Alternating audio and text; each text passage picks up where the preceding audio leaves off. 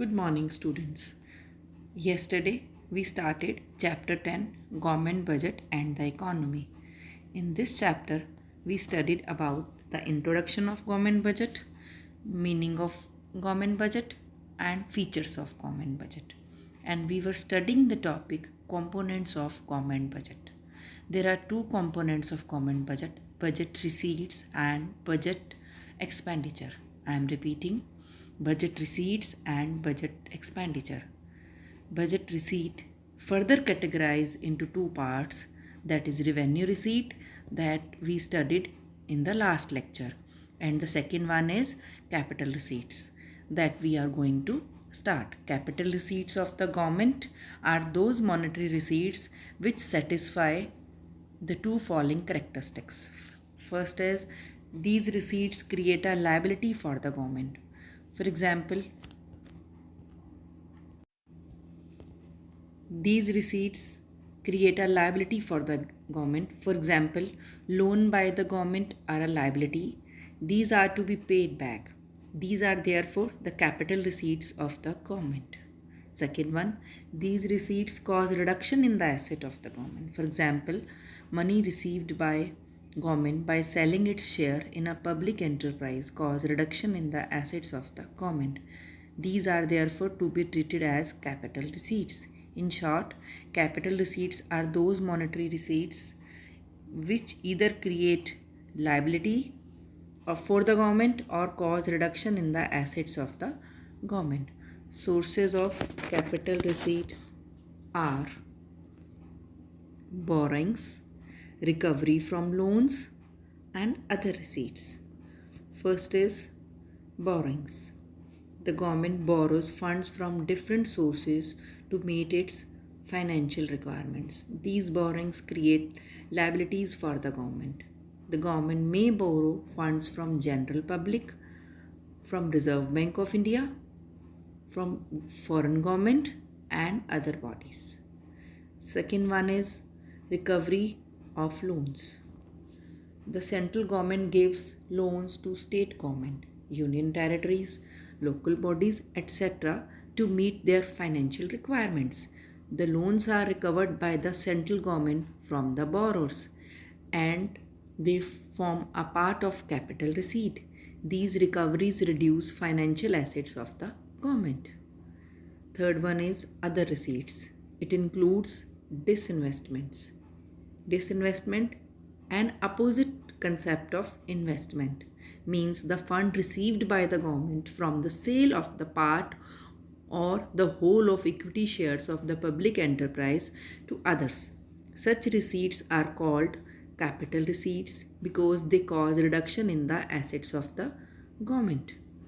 Second is small saving. Small saving refers to the funds raised from the public in the form of post office deposits, national saving certificate, Kisan Vikas Patra, etc.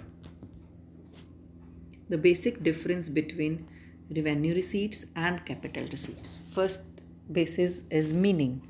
They neither create any revenue receipts. They neither create any liability or reduce any assets of the government. In case of capital receipts, they either create any liability or reduce any assets of the government. Second one is nature.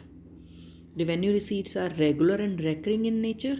Capital receipts are irregular and non-recurring in nature.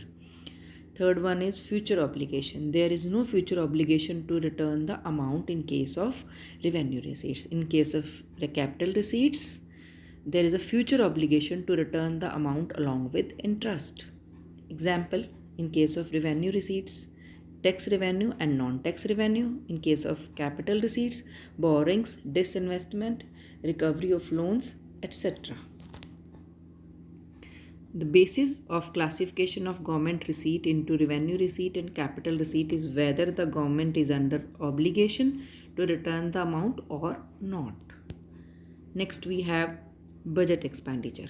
Budget expenditure refers to the estimated expenditure to be incurred by the government under different heads in a year. It is classified into two categories: revenue expenditure, capital expenditure. Revenue expenditure. Revenue expenditure of the government is that expenditure which has the following characteristics. Revenue expenditure does not create asset for the government, and it does not cause any reduction in the liability of the government. First, revenue expenditure does not create assets for the government. For example, expenditure by the government on old age pensions, payment of salaries, and scholarship fall under revenue expenditure. These expenditures are just routine expenditures and do not create any asset for the government. Revenue expenditures does not cause any reduction in the liability of the government. For example, expenditure on the repayment of loans cause reduction in the government liability. Therefore, it is not treated as revenue expenditure. Next, we have capital expenditure. Capital expenditure is that which either leads to creation of assets or leads to the reduction in liabilities. Two characteristics of capital expenditure are: it creates asset for the government. For example, purchase of shares of the domestic or by the government is an example of capital expenditure. Capital expenditure causes reduction in the liability of the government. For example, repayment of loans reduces the liability of the government, so it is treated as capital expenditure. Next, we have plan and non-plan expenditure. Budget expenditure can also be classified as planned and non-planned expenditure. Planned expenditure, it causes to the expenditure that is incurred on the programs details in the current 5-year plan. For example, expenditure on agriculture and allied activities, irrigation, energy, transport, etc. Plan expenditure shows the expenditure to be incurred on projects covered under the center plans, central assistance for state and union territories. Non-plan expenditure, it refers to the expenditures other than the expenditure related to the current 5-year plans. For example, payment of interest, expenditure on defense services, subsidies, etc. It is incurred on routine functioning of the government. Therefore, it is a must for every country. We can also classify the budget as developmental and non-developmental expenditure. Developmental expenditure, it refers to the expenditure which is directly related to the economic and social development of the country. For example, expenditure on education, health, social welfare, etc. It adds to the flow of goods and services in the economy. Next, we have non-developmental expenditure. It refers to the expenditure which is incurred on essential general services of the government. For example, expenditure on defense, administrative services, etc.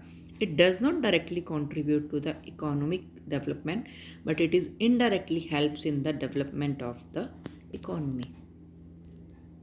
Next, we have types of budget. We will discuss types of budget in the next chapter. What we discussed in the today's lecture: capital receipts, sources of capital receipts, difference between revenue receipts and capital receipts, then budget expenditure, revenue expenditure, capital expenditure. Then further categorization of budget is plan and non-plan expenditure. Next, we have developmental and non-developmental expenditure, and we will discuss types of budget in the next chapter. Thank you.